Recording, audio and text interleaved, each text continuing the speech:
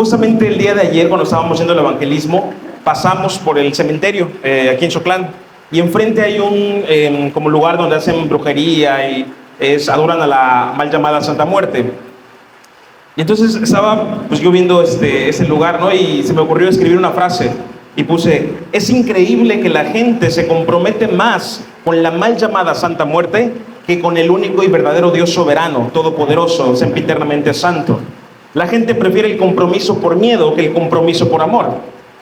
¿Ok? Y lo digo porque era a altas horas de la noche y ahí se quedan hasta la 1 de la mañana esas personas haciendo sus rituales, ¿no? Y a veces la lluvia nos puede espantar tantito, una dificultad nos puede decir, ya no tengo ganas. Ahora, ¿por qué te estoy diciendo eso? Porque eso comienza también conmigo. ¿No crees que porque soy pastor no he tenido ganas de decir, ya no quiero ser pastor? A lo largo de esos 15 días hemos sido atacados todos los días con insultos debido a que no pedimos diezmo. Así como acabas de escuchar, por no pedir diezmo, por decir no necesito el dinero de la gente, Dios no necesita tu dinero, de hecho no necesita absolutamente nada de ti, tú necesitas de Dios. Por decir eso, empezaron a atacarnos con una manera increíble, ¿verdad? Y un pastor me mandó un audio y me dijo, maldición va a caer sobre ti. Y yo le dije, ninguna condenación hay para los que creen en Cristo Jesús. Después de eso me dijo, ok, eres un hijo de... Dije, también recibo esa bendición. Lo que trato de decirte es que es normal que sucedan ciertos ataques. Y no me refiero solamente al ataque como iglesia, sino me refiero al ataque inclusive individual de cada uno. Ya después de esta introducción empezamos con el tema. Perdiendo para ganar es el título de esta enseñanza, ¿verdad?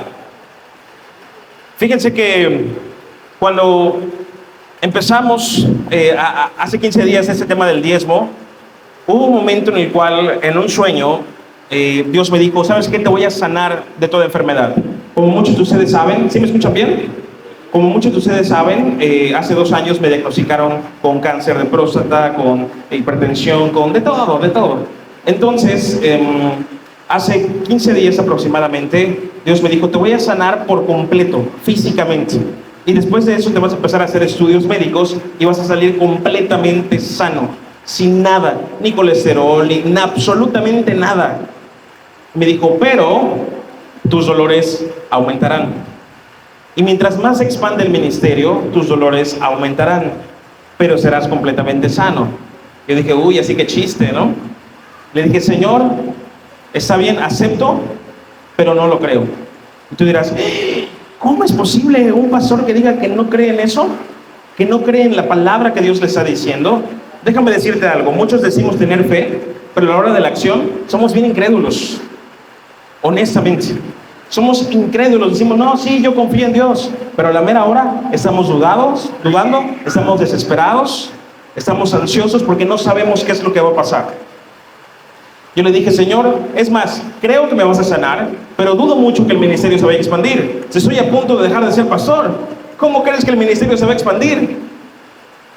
Después de eso, los siguientes días yo le decía a Dios, Dios, soy el menos apto, soy el menos santo, soy el más pecador, soy el que menos debe sentirse orgulloso de decir, sí, heme aquí, voy a seguirte y tú vas a expandir el ministerio. Soy el que menos, es más, creo firmemente, le decía al Señor en esa oración de desesperación, creo firmemente que yo voy a acabar en el infierno, le decía. Pero estando allí en el infierno, déjame alzar mi mirada hacia ti, extender mi mano hacia ti y decirte que valió la pena todo lo que hice en vida. Y si aún así tú me permitieses entrar al reino de los cielos, aunque sea en el último rincón, déjame mirarte a lo lejos. Y si me permites verte de cerca, no te voy a pedir, como dice la alabanza de Marcos Vidal, verte cara a cara. Por el contrario, te voy a pedir que me permitas entrar al reino de los cielos, arrastrándome como un gusano miserable, con la mirada boca abajo, arrastrándome hacia tus pies, abrazando tus pies y estar ahí eternamente. Después de todo este quebranto y lamentación, como Job, y como todos los que estamos aquí hemos pasado en algún momento de decir, ya no quiero vivir, como Jonás, como Job, como Moisés, como todos, como Elías, como todos. De repente me llega un mensaje de un hermano en Cristo de Ecuador que no me conoce, había escuchado de mí, no me conoce y me dice: pastor, soy muy incrédulo. Y yo: ¿y este? Soy muy incrédulo. Digo, ¿está hablando de mí? ¿Está hablando de él? Fíjate que quiero compartirte algo que el Señor me dijo que te dijera, me dice. Pero a lo largo de 15 días he estado luchando con no decírtelo porque soy incrédulo. Pero ¿sabes qué? Dios me dijo: estoy hastiado de tu alabanza y de tu amor y no de tu obediencia. Dices que me amas, dices que me alabas, pero no me obedeces. Así que hoy, en obediencia, déjame decirte una palabra de parte de Dios. Yo le dije: pues échale. Dios dice que estás completamente sano. No sé qué enfermedades tengas, solo que Dios me dice que estás completamente sano y que el ministerio se va a expandir a las naciones. Yo me quedé. Dios acaba de golpear mi incredulidad. Acaba de abofetear mi incredulidad. Yo dije: pues sigo sin entenderlo, pero no puedo decir nada en contra de eso.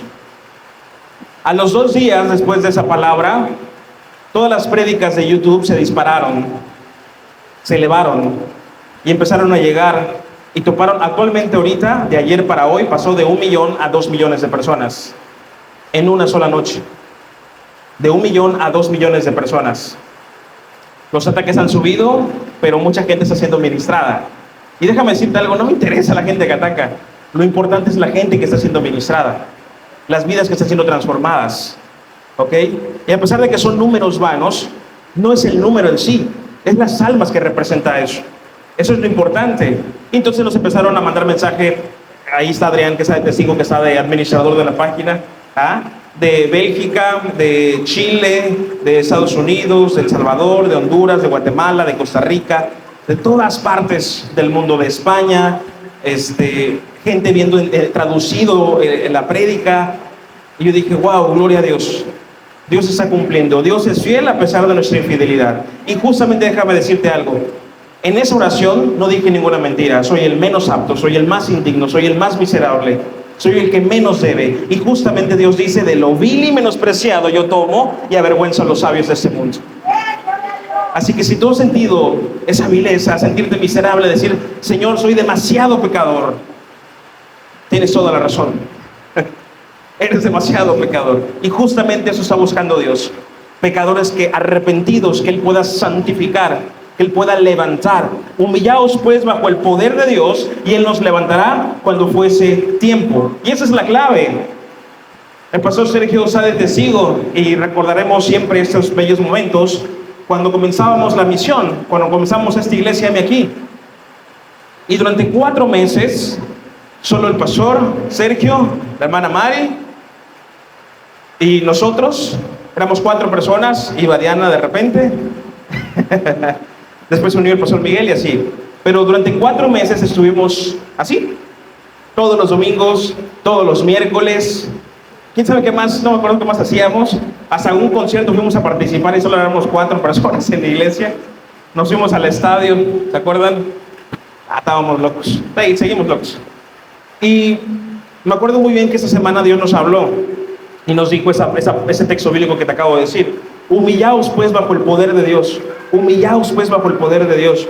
Y dijimos: pues nos vamos a humillar, ayuno y oración, pero extremo.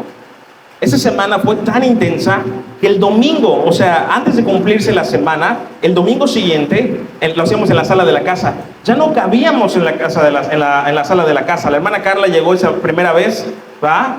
Y no cabía tanta gente que en la parte de afuera de la casa, en la parte de la terraza después del ventanal, ahí había gente en sillas escuchando el mensaje. Yo dije: Dios ha respaldado. Y constantemente Dios respalda una y otra vez su obra.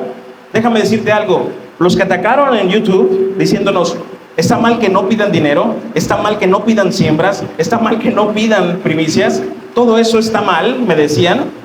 Déjame decirte algo: gracias a esos comentarios, gracias a esa gente que vio esos videos, YouTube nos avisó que estamos aptos para recibir ingresos de esos videos. O sea, eso es lo maravilloso, que no tenemos que pedir nada. Dios lo da como Él quiere. ¿Por qué? Porque es Dios. Y entonces, digo, ustedes sigan comentando. Sí, sigan comentando. Mejor para mí. Sigan comentando. Y Dios va respaldando. Dios va respaldando. Sin duda alguna, a veces caemos en pecados que pareciese que no son tan graves, pero cuando nos damos cuenta a través de la palabra, nos sorprendemos, nos espantamos y decimos, órale, Señor, perdóname de este pecado, ¿verdad? Este texto ya lo he dicho millones de veces y hoy se los voy a repetir. Primera de Samuel, capítulo 15. Primera de Samuel, capítulo 15, verso 23. Primera de Samuel 15, 23. Y dice así la palabra de Dios. Porque como pecado de adivinación, ¿es qué? La rebelión. Y como ídolos e idolatría, la obstinación. Adivinación se traduce como brujería. ¿Ok? Como pecado de brujería es la rebeldía. Como pecado de brujería es la rebeldía. Si en tu corazón hay rebeldía, te tengo una mala noticia. Estás cometiendo un pecado de brujería. Pastor, qué drástico. No lo digo yo, lo dicen las Escrituras. Y luego que dice, y como pecado, como ídolos e idolatría, la obstinación. La obstinación es el orgullo. Tanto que criticas a los católicos, y si en tu corazón hay obstinación, es como si estuvieras católico. Como si te estuvieras hincando al San Juditas Tadeo. No puede haber en el corazón de un cristiano obstinación ni orgullo. Si hay obstinación y orgullo, hay brujería e idolatría en una iglesia, en un cristiano. Y eso empieza desde la cabeza hasta la cola, de los pies a la cabeza. No puede haber eso en una congregación. El hermano Jorge, voy a contar algo que es privado, hermano Jorge, con su permiso. Todo empezó desde 15 días, si te das cuenta. De hace 15 días he estado soñando con serpientes. Se pasó y me levanté y soñé con serpientes. Iba a ser un chiste de la suegra, pero aquí está su suegra, la hermana, que la queremos mucho. ¿Sabes qué es broma? Y le dije, ¿qué creen? Pues varios están soñando con serpientes. Y muchos le tememos a las serpientes. Otros dicen, no, yo voy a agarrar la serpiente y le voy a cortar la cabeza porque soy un cristiano poderoso. Y viene la serpiente y ¿qué hacen? Si con la cucaracha todos corremos, imagínate una serpiente. Ahora imagínate que te digan, el antídoto es una serpiente. El antídoto de la serpiente es otra serpiente. A ver, ¿cómo está eso? ¿Cómo está eso?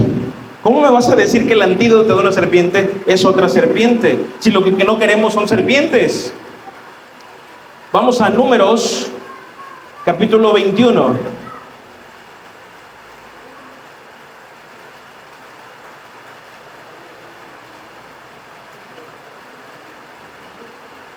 Números, capítulo 21, verso 4.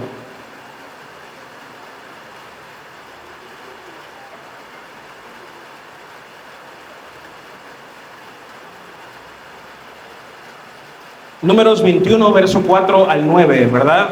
Y aquí vamos a ver que esto que estoy contando le pasó al pueblo de Israel, ¿verdad? ¿Ya lo tienen?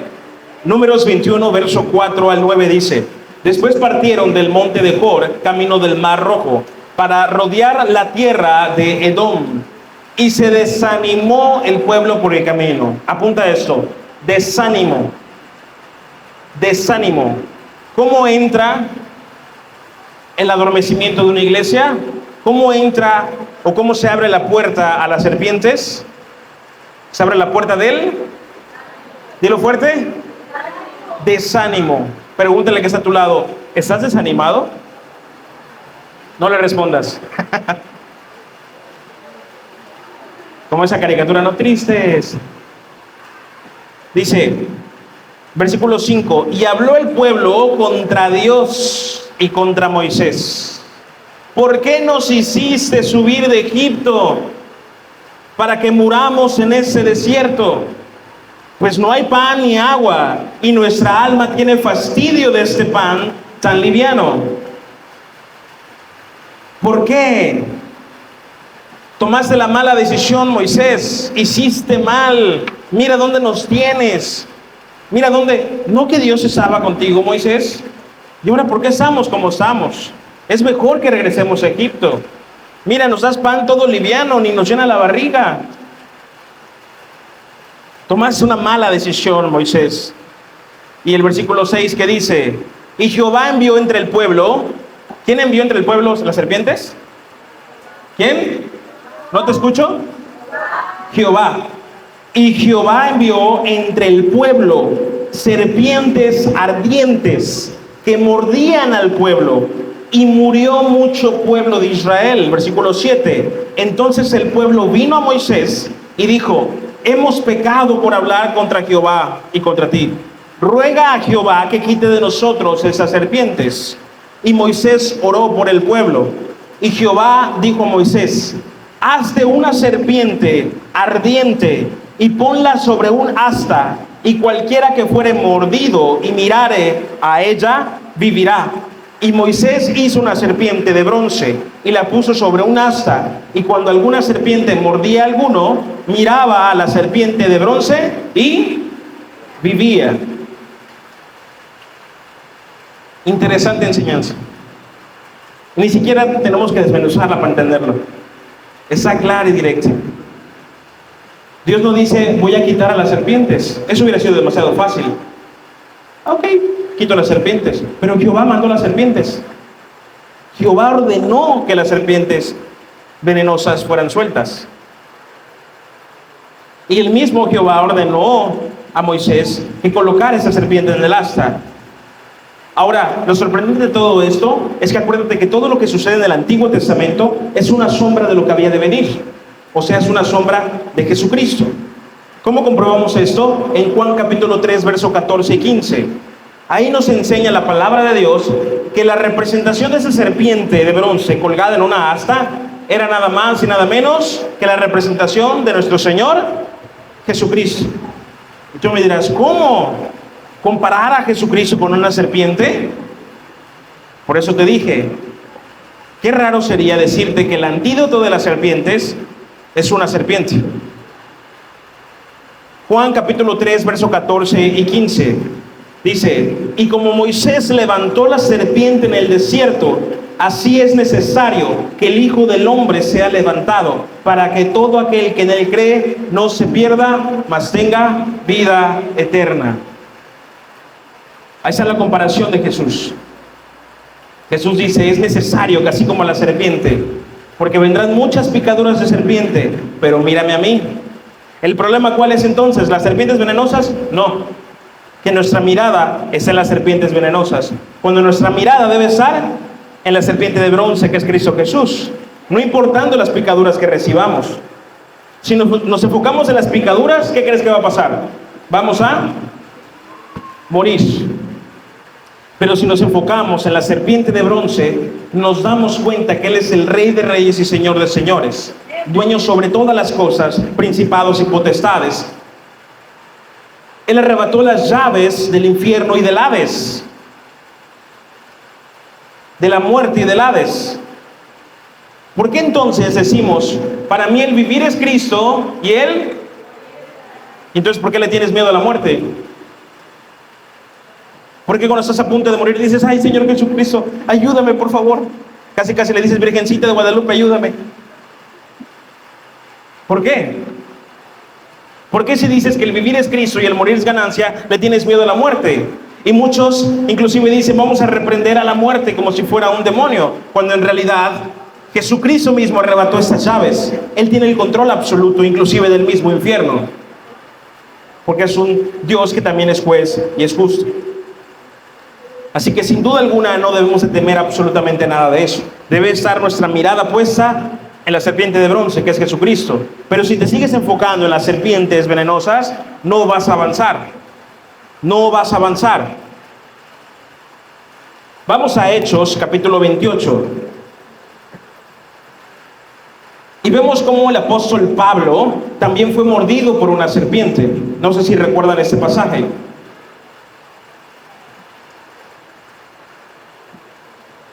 En Hechos 28:3 dice lo siguiente: entonces, habiendo recogido Pablo algunas ramas secas, las echó al fuego, y una víbora, huyendo del calor, se le prendió en la mano. Y el versículo 5 que dice: pero él, sacudiendo la víbora en el fuego, ningún daño padeció.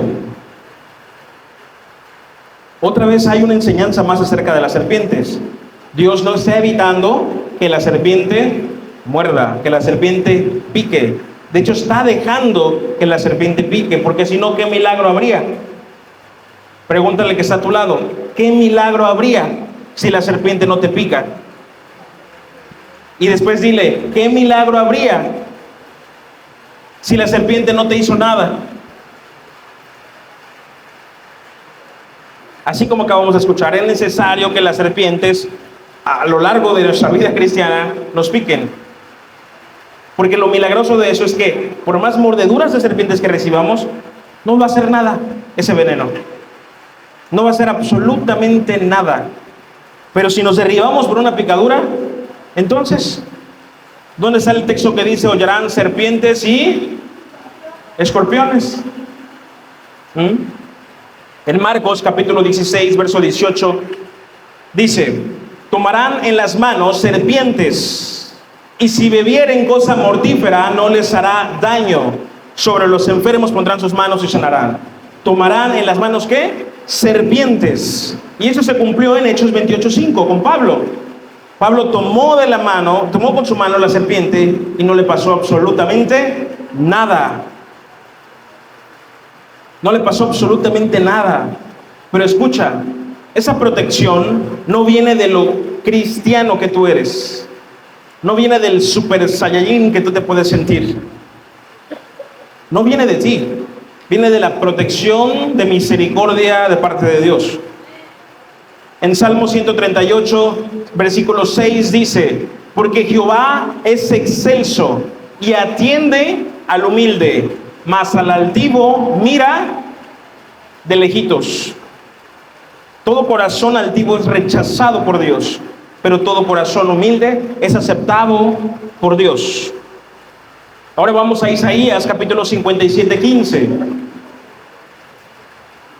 A los que son nuevos, perdóname, aquí utilizamos así la Biblia en exceso, lo cual es bueno, ¿va? Isaías 57:15, perdónenme. Y quiero que subrayen este versículo y se lo aprendan, porque es maravilloso. Dice: porque así dijo el alto y sublime, el que habita la eternidad y cuyo nombre es el Santo: yo habito en la altura y en la santidad, y con el quebrantado y humilde de espíritu, para hacer vivir el espíritu de los humildes y para vivificar el corazón de los quebrantados. ¿Te imaginas esa comparación? Dice: yo soy el santo, el alto y sublime. Yo habito en la altura y en la santidad, y al mismo tiempo habito en el quebrantado y en el humilde. Y yo sé que muchos corazones de aquí están totalmente quebrantados. Muchos corazones de aquí están totalmente hechos cachitos. Muchos corazones de aquí están inclusive desanimados o cansados. Ese cansancio nos puede agotar. Ese cansancio de repente puede hacer que digamos: ya no quiero más, ya no aguanto las picaduras de las serpientes. Y cuando decimos: ya no quiero más serpientes, empezamos de berrinchudos y nos volvemos como alguien llamado Jonás. Vamos a Jonás capítulo 1, verso 17. Si alguien tiene un dulcecito para la beba que está llorando, un dulce, una galleta o algo para que le puedan dar. Jonás capítulo 1, verso 7. ¿Sí estamos acá, iglesia?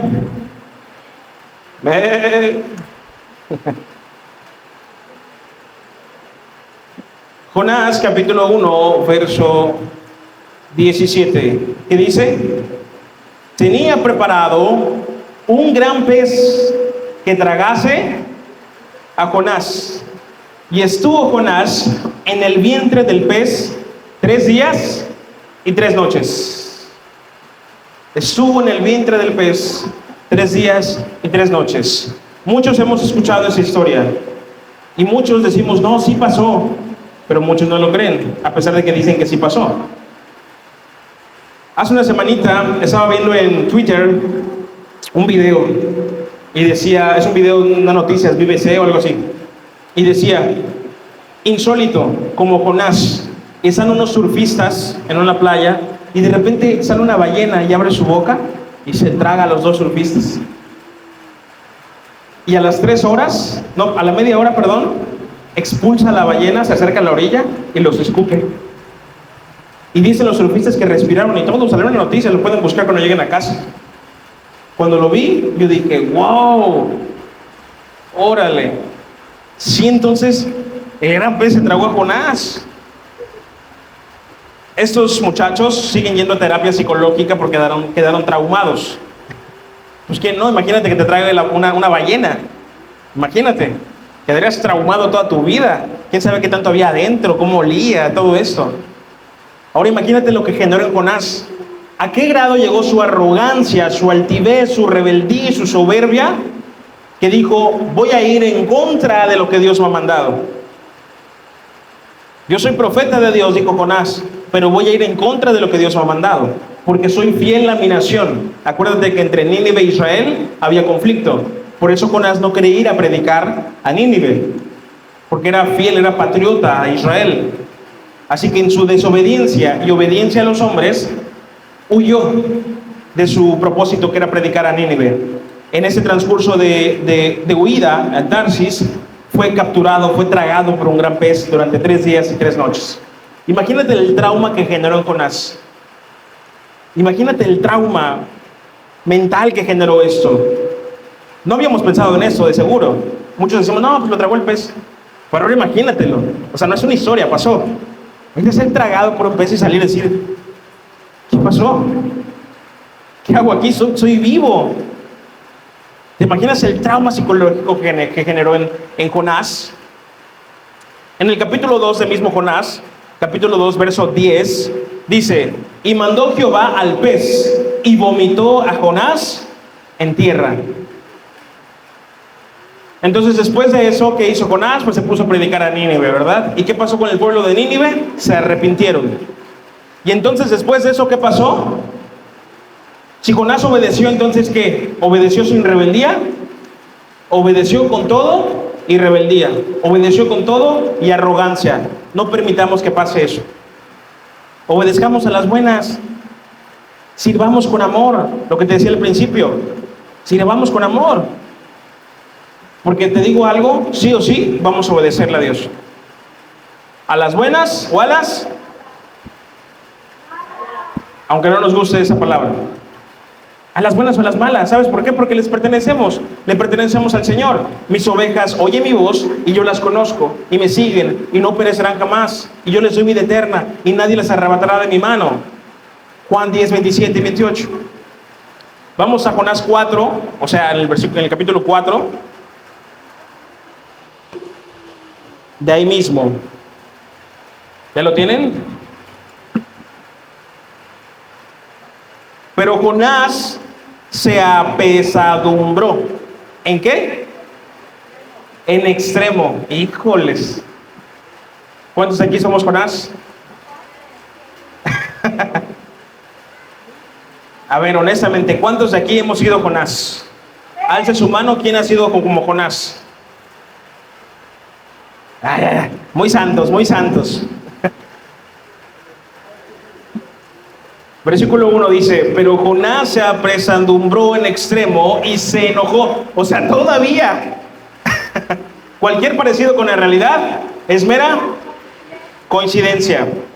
Todavía la haces, todavía la riegas y todavía te enojas. Como que los esposos volvieron a ver a sus esposas, no sé por qué. Todavía la riegas y te enojas. Bien chicho, dirían por ahí. Bien chulo, chulo que re bonito. Versículo 2. Y oró a Jehová y dijo, ahora, oh Jehová, ¿No es esto lo que yo decía estando aún en mi tierra? ¿Ya te diste cuenta? No es, ahora yo, Jehová. No, lo dijo con arrogancia. Dijo que estaba muy molesto. Dice, por eso me apresuré a huir a Tarsis, porque sabía yo que tú eres Dios clemente y piadoso, tardo en enojarte y de grande misericordia, y que te arrepientes del mal. Ahora pues, oh Jehová, te ruego que me quites la vida, porque mejor me es la muerte que la vida. Y Jehová le dijo, ¿haces tú bien en enojarte tanto? Pregúntale que está a tu lado. ¿Haces tú bien en enojarte tanto? Pregúntale, ¿haces tú bien en enojarte tanto? Versículo 5 dice, y salió Jonás de la ciudad y acampó hacia el oriente de la ciudad, y se hizo allí una enramada, y se sentó debajo de ella a la sombra, hasta ver qué aconteciera en la ciudad. O sea, imagínate, todavía Jonás, después de predicar, esperaba que Nínive sea destruido. Señor, tú destruirás a mis enemigos. Órale, qué espiritual. El Señor es justo y Él dará la paga. Órale, qué espiritual. El Señor me defenderá. Órale, qué espiritual. ¿Cuál espiritual? Eso es utilizar la palabra de Dios para pedir venganza, una venganza santa. Y la palabra de Dios es clara y dice que la mejor venganza es darle de comer a tu enemigo, tratarlo con amor y perdonarlo. ¿Ya no escuché el amén? O creo que por la lluvia no lo escuché. Entonces, ¿cuál es la mejor venganza? Amar, perdonar y hasta dar de comer. ¿Cuántos dicen amén? Agárrenme de enemigo porque quiero que me den de comer. Versículo 6. Y preparó Jehová Dios una calabacera, la cual creció sobre Jonás para que hiciere sombra sobre su cabeza. Todavía después de todo el berrinche de Jonás, Dios dijo, a ver, ya me fastidiaste, toma tú ya la sombra para que ya dejes de estar fregando gente. Versículo 7. Pero al venir el alba del día siguiente, Dios preparó, ¿quién preparó? Dios preparó, ¿qué cosa? Un gusano.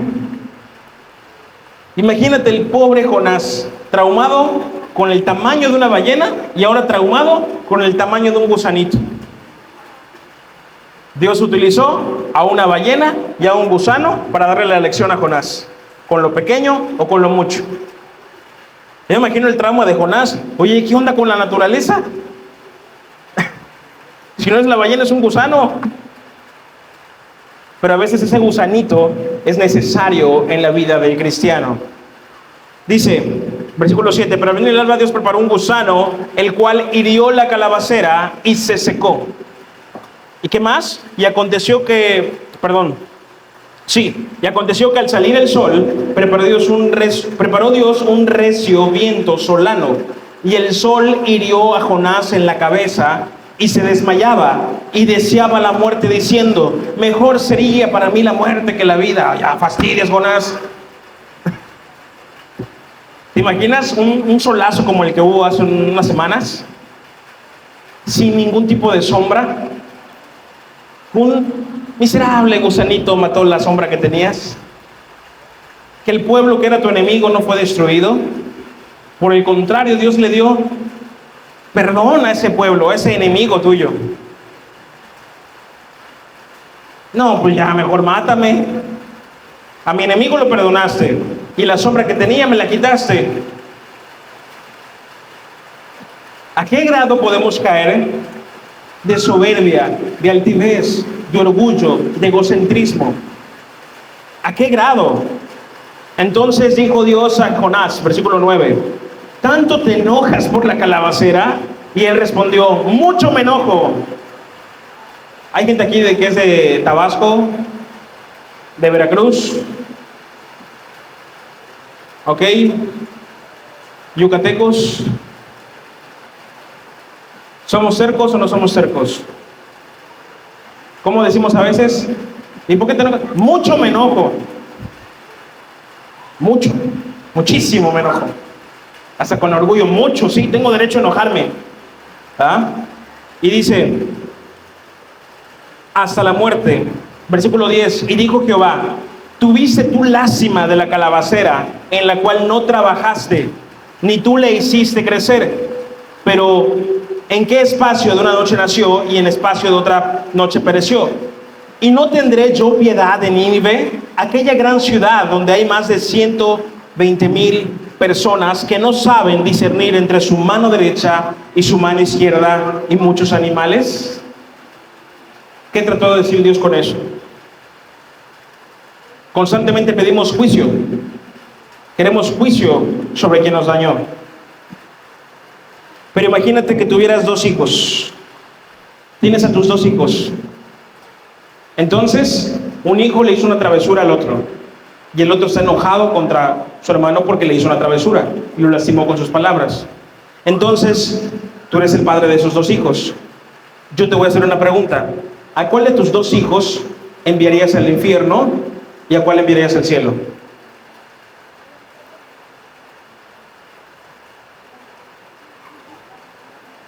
¿Qué pasó? ¿Alguien de aquí quiere enviar a su hijo al infierno? ¿Lo escuchó? ¿Y por qué tú sí quieres que Dios envíe a alguien al infierno?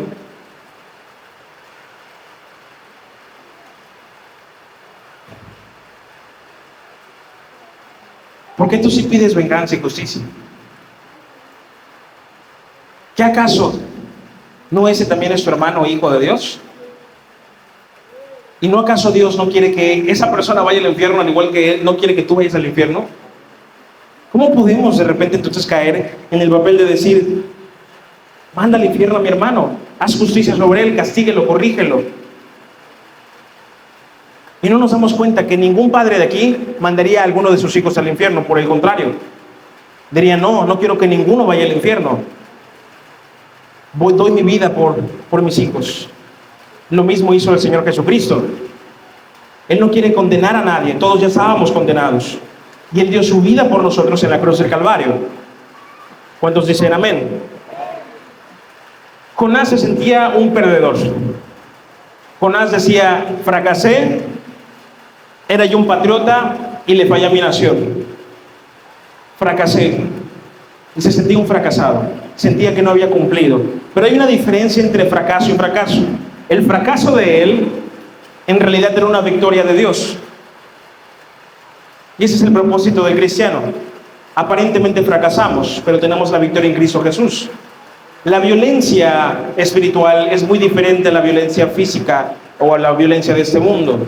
Si alguien viene y te da una cachetada, ¿qué haces? Pongo la otra mejilla, dicen allá atrás. Son hipócritas. ¿Qué haces? Te enchilas. Dice hermano Jorge, no, le caigo sobres.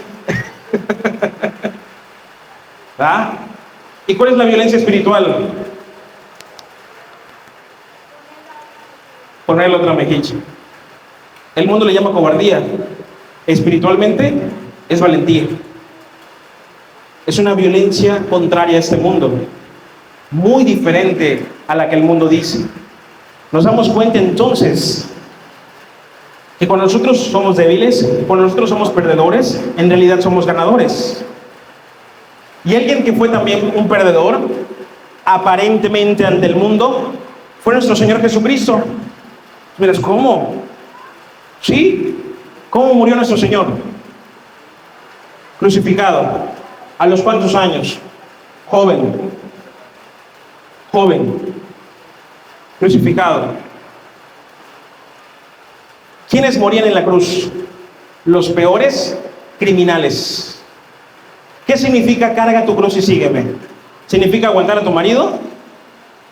¿Significa aguantar a tu esposa? ¿Significa aguantar a tus hijos malportados? Eso no es tu cruz. Si eso piensas que es tu cruz, no, hombre, no sabes nada. Cargar tu cruz significa esto. Los de la antigüedad, cuando cargaban su cruz, significaba una cosa. Una vez que tú cargabas tu cruz, no había vuelta atrás. Empezabas el camino y era lo último que ibas a ver. Era lo último que tus ojos iban a ver. Cargando tu cruz sabías que ibas directo a la muerte. Sabías que ibas a ser traspasado con clavos sus manos y tus pies. Eso significa cargar tu cruz. Y dice la palabra de Dios que Jesucristo dijo, carguen su cruz y síganme. ¿Estamos dispuestos a cargar la cruz? A decir, no hay vuelta atrás. Estoy dispuesto a caminar con Cristo hasta la muerte. Muchos decimos el texto bíblico, lo decía en la mañana, el vivir es Cristo y el morir es ganancia, ¿verdad? ¿Cuántos aquí estarían dispuestos a morir por Cristo? ¿Cuántos aquí estarían dispuestos a morir por Cristo? ¿Cuántos aquí estarían dispuestos a vivir por Cristo? Porque si dices estar dispuesto a morir por Cristo, cuanto más razón deberías estar dispuesto a vivir para Cristo. Pero si no puedes vivir para Cristo, hasta crees que vas a morir por Cristo. A la primera, mira, patitas, ¿para qué la quiero?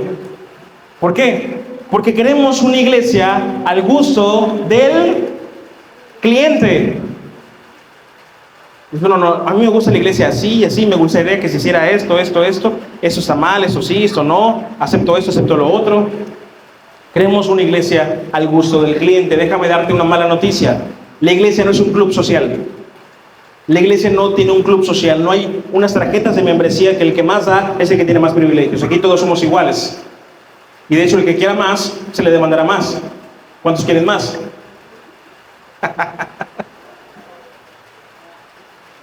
Así que los que quieran ser más cercanos, yo les voy a dar más duro. Lo saben. Por eso nuestro Señor, por eso de lejitos. ¿Sí? Esto no es un club social, somos parte de la iglesia del Señor. ¿De qué me sirve decirte Cristo te ama? Mejor digo, arrepiéntete de tus pecados. Acepta a Cristo como tu Señor y Salvador. Vive en espíritu y en verdad. Entrega tu vida. Entrega tu vida a Cristo Jesús. Ese es el evangelio de amor y salvación. No es un evangelio al gusto del cliente, no le podemos quitar una coma o una tilde. La palabra es lo que es una espada de doble filo que traspasa nuestro corazón, que llega hasta el tuétano de los huesos. El apóstol Pablo también murió como un perdedor, así como acabas de escuchar. Muchos hemos escuchado del apóstol Pablo, muchos admiramos al apóstol Pablo. Él fue el que más escribió las cartas del Nuevo Testamento. Y decimos, wow, mira cómo habla Pablo, poderosísimo. De seguro su carácter de Pablo era fuerte. Y de hecho no. De hecho el mismo Pablo en sus cartas dice, no crean que porque en persona soy dócil y tranquilito, no tengo la autoridad de Cristo. Pablo delante de la gente era tranquilón, pacífico. Pero cuando era de defender la palabra de Dios, ¿para qué quieres? Y el apóstol Pablo era admirado por muchos. Era atacado por su pasado, porque era asesino de cristianos. Pero cuando él recibió a Cristo, ahora ya no importaba su pasado. El diablo constantemente le recordaba el pasado, pero Cristo le recordaba su presente y su futuro. Y Cristo Jesús decía, ya no eres más Saulo, ahora eres Pablo, mi apóstol, mi siervo. ¿Y cuántos de nosotros no nos carcomemos por un pecado del pasado? Y decimos, no, Señor, no puedo. Y el Señor nos dice, no se trata de lo que tú hagas o no hagas, o de lo que hiciste. Se trata de que si te arrepentiste de tu pecado, yo te levantaré y te restauraré y te santificaré. Pero la santificación te va a doler. El proceso te va a doler. El apóstol Pablo era admirado por muchos y fue envejeciendo. En Hechos capítulo 26, verso 24, vamos a Hechos 26, verso 24 al 32.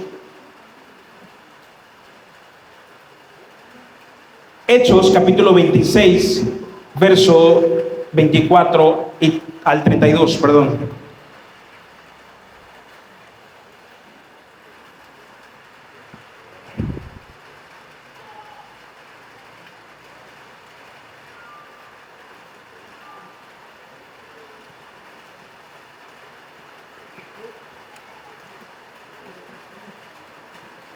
Dice, diciendo él estas cosas en su defensa, Festo a gran voz dijo, ¿estás loco, Pablo?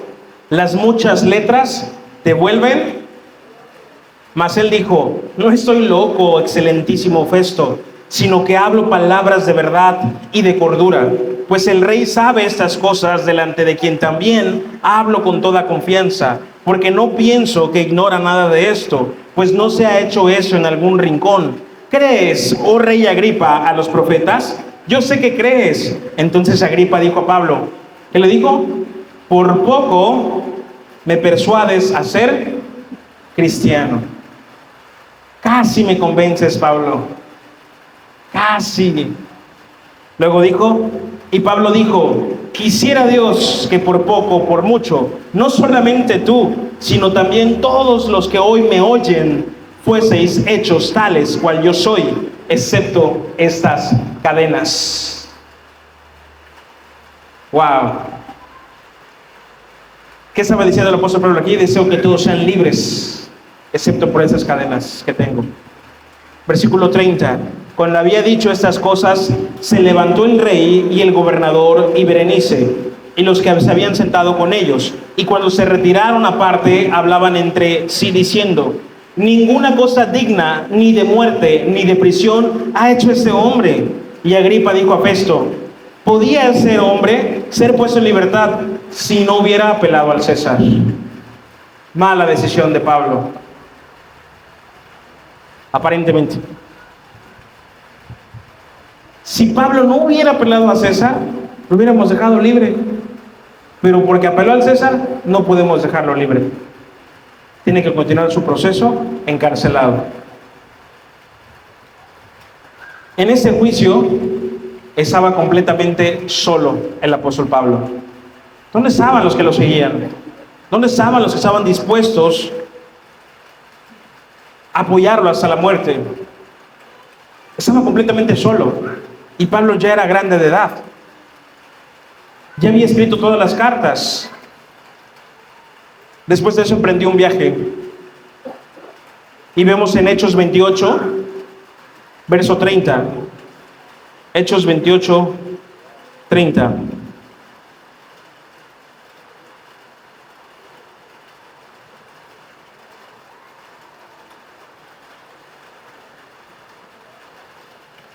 Hechos 28, 30 y 31 dice, y Pablo permaneció 2 años enteros en una casa alquilada y recibía a todos los que a él venían.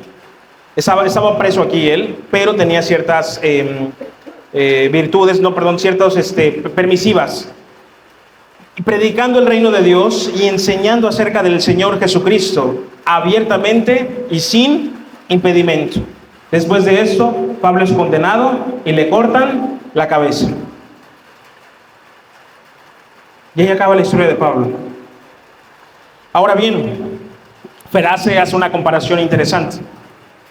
Él dice, Pablo era un apóstol de Cristo, ¿cierto o no es cierto? ¿Cuántos aquí creen que Pablo era apóstol de Cristo?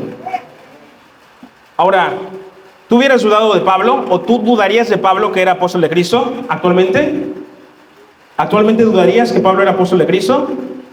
No, ¿verdad? Porque pues aquí están sus frutos, sus acciones, está su carta de presentación aquí en la palabra de Dios. La mayoría de los Nuevos Testamentos fue escrito por Pablo. Pero imagínate que en ese tiempo sí dudaron a tal grado de dejarlo solo. Imagínate, comparado con Pedro.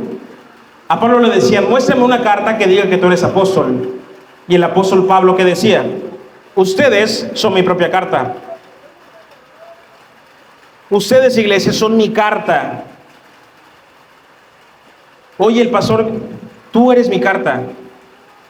Tú eres la carta de aquí. Tu testimonio, tu manera de hablar, tu manera de comportarte, lo que dices, lo que haces, eso es aquí. No lo que dice el pastor aquí en el púlpito.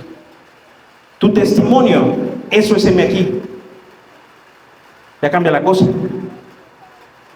Entonces Pablo dice, ustedes son mi carta de recomendación. Y la gente dice, Pablo respondiendo así, creo que Pablo no era un apóstol. Creo que Pablo no tenía el respaldo de Dios. ¿Sabes por qué? Es una ironía lo que te estoy diciendo. ¿Sabes por qué? Porque comparado con Pedro, hay muchas diferencias. Tú de Pedro te acuerdas que negó a Jesús. Y de Pablo te acuerdas que escribió las cartas. Pero en ese tiempo era al revés. Muchos acordaban que Pablo era un asesino de cristianos. Y lo comparaba con Pedro. Imagínate nada más. Pedro y Pablo. Y cristianos diciendo, Pedro sí es un verdadero apóstol. Porque cuando Pedro fue metido en la cárcel en Hechos, ángeles vinieron y liberaron a Pedro de la cárcel. Y le quitaron sus cadenas. Y el miserable de Pablo, mira, Dios no lo liberó de las cadenas. Podría decir, Pedro fue rescatado, Pablo no. Pedro es apóstol, Pablo no. A simple vista. Pasó el tiempo. Ha pasado tantos años. Y hoy la historia ha cambiado. Gracias a la palabra de Dios podemos entender quién era Pablo, quién era Pedro. Los dos eran apóstoles del Señor. No eres mejor que Pedro, no eres mejor que Pablo. Muchas veces negamos a Jesucristo como Pedro negó a Jesús. ¿Cómo? Con nuestras acciones, con nuestro caminar, con nuestra flojera espiritual de decir, hoy no leo, hoy no quiero orar. Si tú eres un cristiano, nunca me cansaré de repetirte esto aunque te fastidies. Si tú eres un cristiano que no lee su Biblia, ¿qué clase de cristiano eres? ¿O eres un cristiano anoréxico o no eres cristiano? ¿O has descuidado tu primer amor? Te has enfocado en las serpientes venenosas y has desviado tu mirada de la única serpiente que tienes que ver, la serpiente de bronce. Vamos a 2 de Corintios 12:10.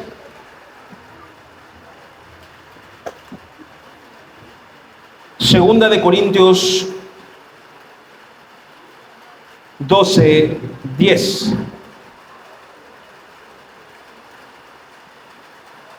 Dice así: por lo cual, por amor a Cristo, me gozo, ¿en qué? En afrentas, en necesidades, en persecuciones, en angustias, porque cuando soy débil, entonces soy. Y ahora vamos al capítulo 6, 2 de Corintios 6, verso 4 al 10.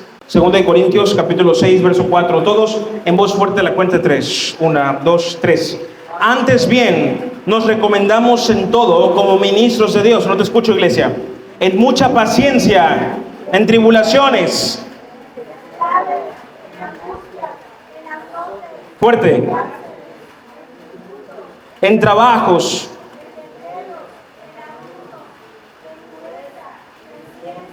En longanimidad, en bondad, en el Espíritu Santo, en palabra de verdad, por honra y por deshonra, por mala fama y por buena fama, como engañadores pero veraces, como desconocidos pero bien conocidos, como moribundos, mas he aquí vivimos, como castigados, mas no muertos, como entristecidos, mas siempre gozosos, como pobres, mas enriqueciendo a muchos, como no teniendo nada, más poseyéndolo todo. Si estás buscando una iglesia cristiana en donde congregarte, contáctenos enviándonos un mensaje vía WhatsApp al 9991 01 84 19. O igual si necesitas oración o aprender más sobre la palabra. Somos Aquí, Iglesias Cristianas. No importa en qué parte del mundo o México estés, tenemos un lugar para ti en cada ciudad. Recuerda suscribirte a nuestro canal de YouTube y seguirnos en nuestras redes sociales, Facebook, Instagram, Twitter, TikTok. Dios te bendiga y recuerda, nunca es tarde para regresar a casa.